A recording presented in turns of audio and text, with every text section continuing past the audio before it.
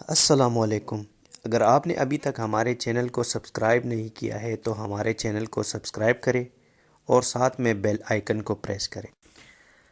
پاکستان کی water and power development authority کی جانب سے صوبہ خیبر پختونخوا میں دریائے سوات پر مجوزہ مومن ڈیم کی تعمیر کے لیے وزیر اعظم پاکستان کے ایک مشیر کے بیٹے کی کمپنی کو ملنے والا ٹھیکہ سیاسی بحث کا موضوع بن گیا ہے، جس میں میڈیا اور حزب اختلاف حکومت پر قانون اور اخلاقی ضابطوں کی خلاف ورزی کے الزامات لگا رہے ہیں۔ اس تعمیراتی ٹیکے پر تنازع کی بنیادی وجہ اس ٹیکے کا ایسے کنزرویشن کو ملنا ہے جس میں وزیر اعظم عمران خان کے مشیر برائے تجارت و انڈسٹری عبدالرزاق داؤد کے بیٹے کی کمپنی ڈیسکون شامل ہے۔ اس کے علاوہ دیگر دو کمپنیوں میں چائنا گیزوبا اور وائت ہائیڈرو شامل ہے۔ اسی ٹینڈر کے لیے ایف ڈبلیو او نے دیگر دو غیر ملکی کمپنیوں کے ساتھ مل کر بولی جمع کروائی تھی، جسے تکنیکی بنیادوں پر مسترد کر دیا گیا۔ مومن ڈیم کا منصوبہ ہے کیا؟ مومن ڈیم خیبر پختونخوا میں ضم ہونے والی قبائلی ایجنسی مومند میں دریائے سوات پر تعمیر کیا جائے گا۔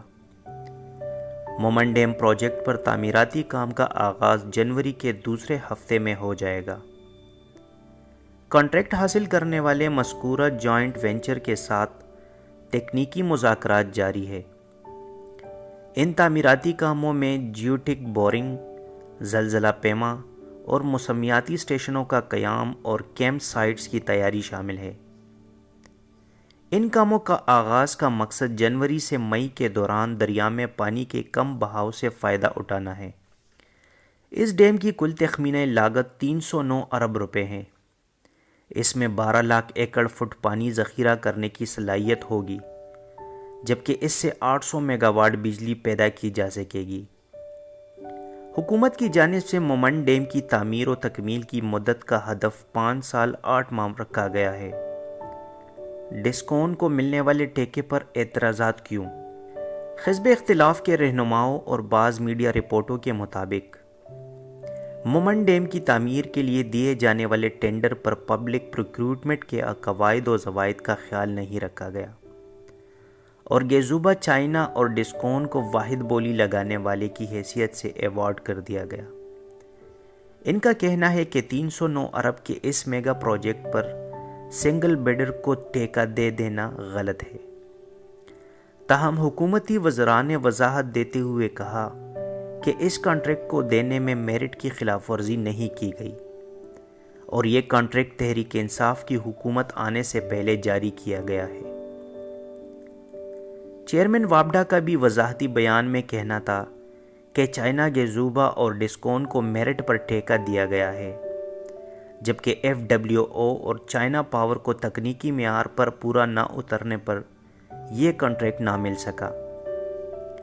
ابتدائی مرحلے میں 23 فرموں نے منصوبے کے لیے دلچسپی دکھائی، اور جون 2018 میں جو جوائنٹ وینچرز نے ٹینڈر درخواست جمع کروائی۔ مقامی میڈیا اور سیاسی جماعتوں نے حکومت پر الزام عائد کرتے ہوئے کہا ہے کہ یہ کانٹریکٹ عبدالرزاق داؤد کے بیٹے کی کمپنی کو فائدہ پہنچانے کے لیے دیا گیا ہے، اور اس کانٹریکٹ سے عبدالرزاق داؤد کے مفادات کا تصادم ہے۔ انہیں بطور مشیر وزیر اعظم برائے تجارت اور بانی ڈسکون کی حیثیت سے یہ کانٹریکٹ نہیں ملنا چاہیے تھا۔ کیا ٹھیکہ دیتے وقت کسی قانون کی خلاف ورزی ہوئی؟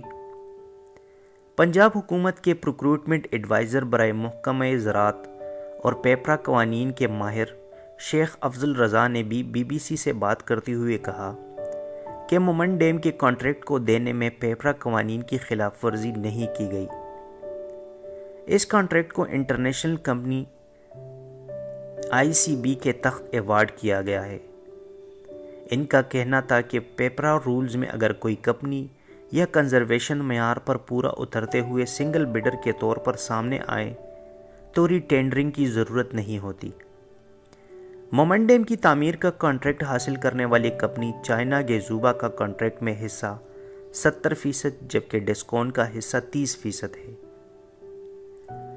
وزارت خزانہ کے سابق فائنینشیل ایڈوائزر ڈاکٹر علمدار حسین ملک نے بھی بی بی سی سے بات کرتے ہوئے کہا کہ کانٹریکٹ میں پیپرا قوانین کی خلاف ورزی نہیں ہوئی، لیکن اس کانٹریکٹ کے ساتھ سیاسی محرکات کی وجہ سے بہتر ہوتا کہ 309 ارب کے میگا پروجیکٹ کی شفافیت کو برقرار رکھنے کے لیے سنگل بڈر سامنے آنے پر اخلاقی جواز پر ری ٹینڈرنگ کروا دی جاتی یا متعلقہ حکام معاملے پر تفصیلی بریفنگ دیتے تاکہ معاملہ اچالا نہ جاتا۔ یاد رہے کہ مومن ڈیم کی تعمیر کا کانٹریکٹ نومبر 2017 میں مشتہر کیا گیا اور جون 2018 کو اس کے حوالے سے درخواستیں موصول کی گئی، اور جولائی 2018 کو یہ کانٹریکٹ چینی کمپنی چائنا گیزوبا اور ڈسکون کے جوائنٹ وینچر کو ایوارڈ کر دیا گیا۔ کیا ڈسکون کو ٹھیکہ دینا مفادات کا ٹکراؤ ہے؟